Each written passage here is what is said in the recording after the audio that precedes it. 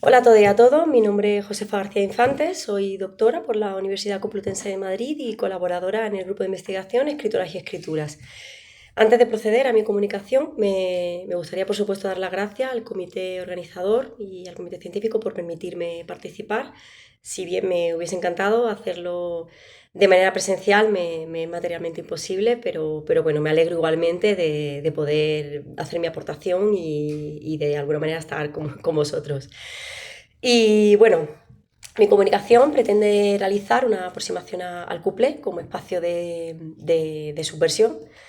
Yo, por mi parte, procuraré individuar el punto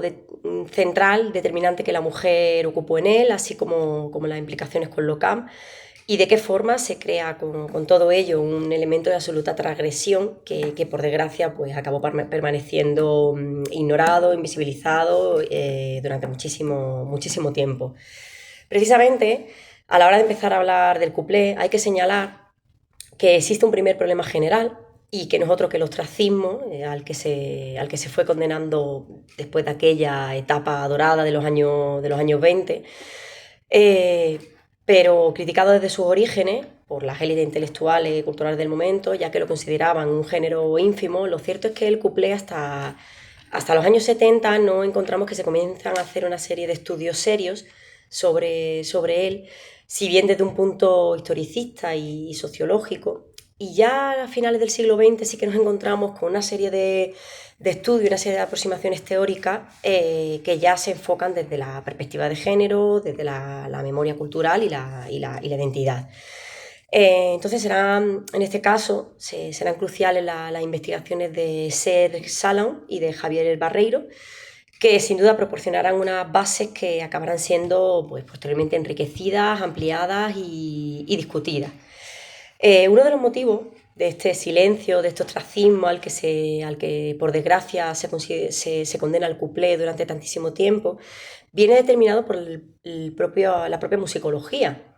que se ha resistido durante mucho tiempo a considerarlo como una parte más de su extenso dominio, ya que consideraban que su música no era de calidad. Lo cierto es que para acercarse al cuplé no se trata aquí de mirar la calidad o no de la partitura, que por cierto en el cuplé la mar de las veces es inexistente, sino que la manera más idónea en la que se puede tener un acercamiento hacia el cuplé, por supuesto, es considerarlo no solamente como una parte del extenso dominio de la musicología, sino como algo que engloba música, pero también espectáculo. Nos referimos, por supuesto, al teatro. Eh, Sería, desde mi punto de vista y siguiendo a los investigadores en los que me he ido apoyando para desarrollar mi investigación, creo que es la manera más idónea y de hecho se constata y lo vamos a ir viendo. En el volumen que ha sido crucial para este trabajo, ha sido como el eje direccional en el que yo me he apoyado, intitulado Miradas sobre el cuplé en España, identidades, contextos, artistas y repertorios. Enrique Encabo, que es el que se encarga de la edición de esta serie de investigaciones, defiende precisamente la cualidad musical del cuplé y dice que está tan digna como cualquier otro estilo, y alega que, cito textualmente, que el cuplé puede ser mujer, acto teatral, gesto, performance, aparición en la esfera pública, pero que siempre es música. En Cabo, asimismo, defiende que el espíritu del cuplé va mucho más allá de ser una respuesta crítica y de desafío y entiende que es una actitud, vuelvo a citar textualmente, una necesaria desviación en sociedades heteropatriarcales, un modo de ser esencialmente femenino y de algún modo feminista. Una travesura necesaria, continúa, que no es sino una disidencia posible y permitida. El cuplé, por lo tanto, encuentra su razón de ser en una serie de paradojas de la sociedad y tiene la capacidad de poner en tela de juicio estos valores que se permean, que digamos se dispersan en la sociedad, pero a la vez la gran genialidad del cuplé es que a la vez que pone en tela de juicio estos valores de la sociedad, ofrece a la propia sociedad un objeto de consumo, una cuestión de consumo, mejor sería decirlo, que el mismo público demanda. Entonces se juega desde esos dos puntos. El papel que juega para la redundancia, el papel que juega aquí la mujer es central y fluctúa entre la figura puesta para ese consumo del público, eminentemente masculino, y aquella otra que reivindica el valor de unas artistas que se visibilizan y empoderan en los escenarios. Como indica en Cabo, y cito textualmente, la cupletista de éxito, la que triunfa y es reconocida, pronto es asumida como una parte necesaria de la sociedad, una sociedad bastante libre sexualmente, siempre desde presupuestos machistas, huelga decirlo, y en la que si bien la mujer tradicional está condenada al rol de ángel de hogar, con una sexualidad reprimida e inexistente, la cupletista como ser liminal puede convertirse en mito erótico. No hay lugar a dudas de que la mujer es la protagonista absoluta de todo este acto artístico. Eso es totalmente cuestionable. La mayoría, hay que decir aquí que la mayoría de las cupletistas provenían de ambientes, de espacios marginales, muchas de ellas de la prostitución, ejercían la prostitución. Y lo que sí que es cierto es que el espacio del cuplé les permite construirse un personaje con el que de alguna manera tapiar aquellos orígenes marginales. Y además no solamente eso, sino que por supuesto es una vía de escape para ellas, pero también un espacio con el que pueden mostrar una alteridad al ideal de domesticidad y de sumisión de la mujer de aquella contemporaneidad. Estas artistas indudablemente se colocan en el punto de mira de la moralidad de una época que cuestionaba la vida de estas mujeres de espectáculo, sin embargo, frente a esa consideración de sujetos fatales, que se presentan también como una necesidad a las demandas del consumo del público. Símbolos de pecado, de lujuria y de perdición, su escenario será el espacio subversivo en el que cuplé y escándalo formen una única entidad. En esta línea es imperativo mencionar el papel que el transformismo y que el travestismo tuvieron en el cuplé. Según los interesantísimos presupuestos teóricos de Julio Arce,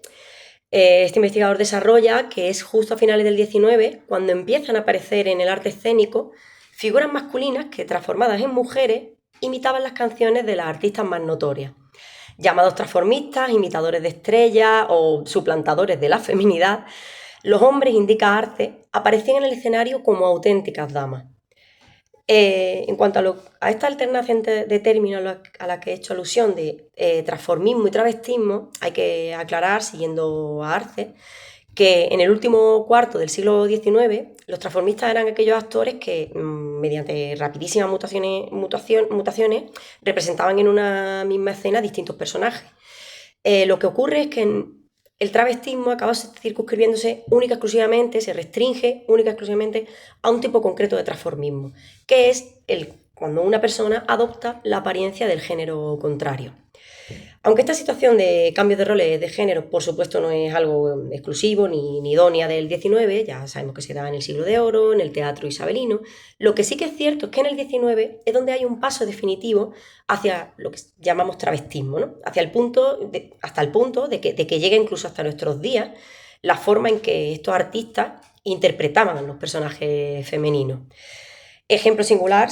lo tenemos sin lugar a dudas, la figura de Edmond Debris, al que Álvaro Retana le dedica su famosísimo, celebérrimo Historia de todo el cuplé, intitulado Las tardes del Ritz. Una de las figuras sin duda más representativas. Siguiendo a Arce, decimos que este investigador realiza una lectura muy interesante de toda esta cuestión y señala que el hecho de que, cito textualmente de nuevo, que un hombre disfrazado de mujer cantara un cuplé en un teatro de barrio debía causar una sensación de humor e ironía, algo que había acompañado al cuplé desde su origen, pero también de transgresión, por supuesto, ya que el público era consciente de que la joven y pícara damisela que se estaba presentando ante ellos era en realidad un hombre. Así que este afeminamiento, que bueno, vamos viendo, se va metiendo por dentro de la escena del cuplé, sin lugar a dudas fue tempranamente un motivo de una controversia muy fuerte, y la prensa y los sectores más conservaduristas, por supuesto, no tardaron en hacer acopio de las críticas y de considerarlo completamente inaceptable.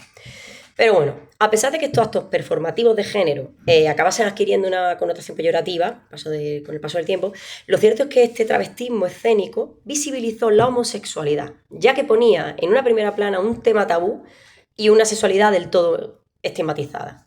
A través de la performatividad del cuplé, se pudo poner una sexualidad y una feminidad diametralmente opuesta a la normativa. Para la investigadora María José Belbel, así lo recoge en su ensayo interesantísimo, Yes We Can, el cuplé, y cito textualmente, es un género camp por excelencia, por lo mucho que tiene de performance, de doble sentido entre letra, de presentación corporal y de gestualidad, así como de resistencia de género de mujeres con escasos recursos económicos. Otros investigadores, como Bellogín Aguilera, indican que la práctica de la feminidad y la sublimación de sus estereotipos como performance constituyen el pilar fundamental en la relación entre el cuplé y lo camp.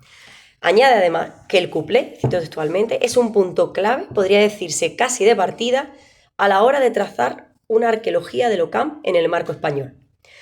Este mismo estudio de Bellogín defiende que el cuplé, sin lugar a dudas, se premia de los estereotipos y clichés sobre la feminidad vigentes en aquella época, y que es precisamente este espacio, pues toda la antesala de los grandes fenómenos definitorios de la feminidad. Además habla de un afeminamiento en el cuplé entendido como una sobreexposición impostada de esa feminidad, y sigue los postulados de Gómez de la Serna en el ensayo sobre lo cursi, cuando define lo camp como una forma posmodernista de cursilería, próxima a la retórica de lo hortera, lo frívolo, lo kitsch o el mal gusto, que además se alimenta de los modelos de feminidad para proyectar un nuevo hipertexto. En cualquiera de los casos, hay que dejar claro que lo camp no pretende recrear los parámetros de la feminidad, sino ironizar sobre esta feminidad. Por su parte, la investigadora Pepa Anastasio reivindica también este papel subversivo al que ya hiciéramos referencia a partir del peso que en la época adquiere la cultura de masa.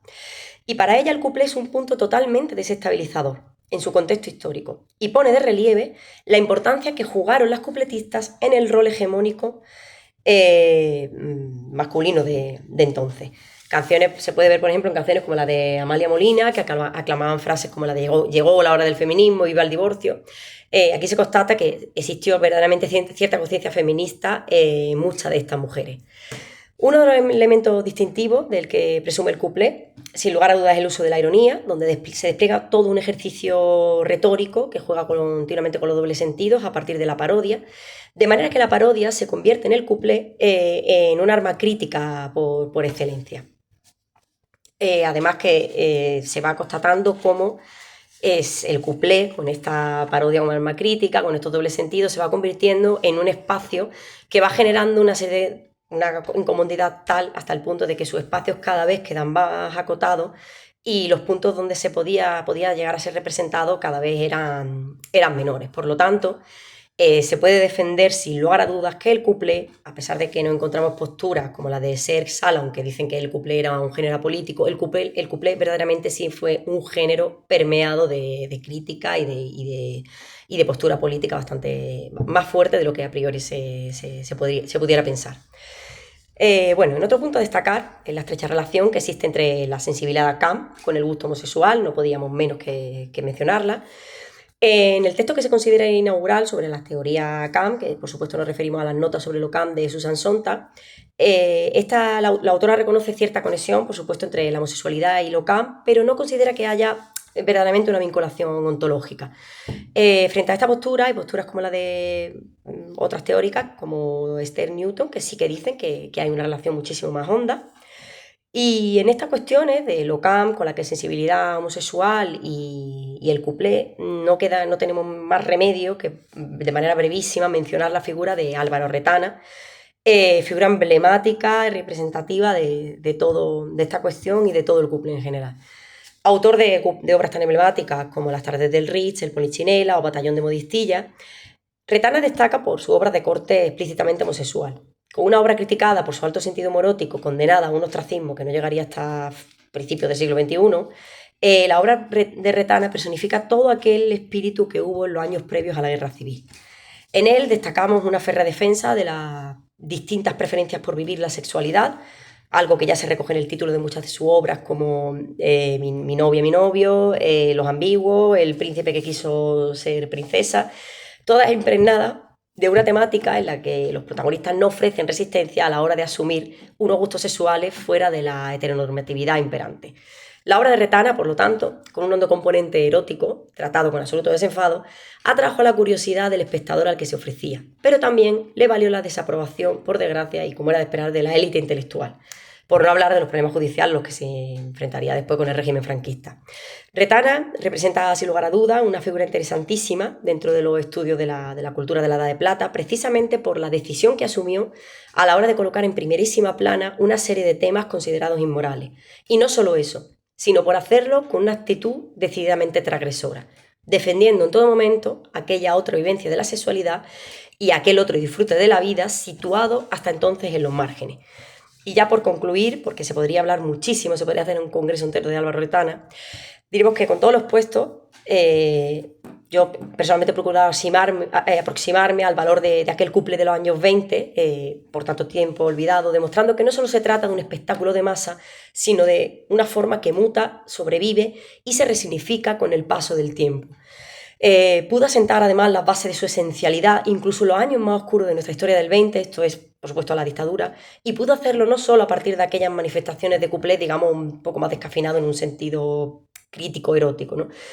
que se popularizaron a través de artistas como la grandiosa Sara Montiel, sino que pudo hacerlo a través de los grandes sucesoras de las cupletistas, que no son otras que las copleras, las folclóricas de nuestra historia musical.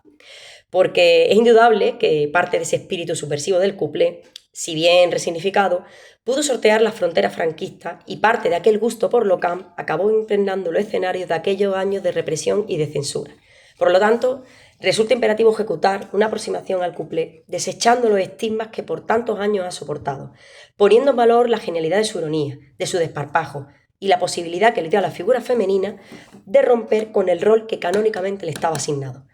También es esencial reivindicar el acto performativo que supuso llevar el travestismo a escena y la puesta en primera plana de temáticas homosexuales consideradas del todo inmorales. Todo en su conjunto convierte al cuplé en un género que define el valor de la cultura popular y que defiende, el valor de la cultura popular, y que no solo es vehículo de expresión crítica, sino que también es espacio de exposición y resistencia de marginalidades. Muchísimas gracias.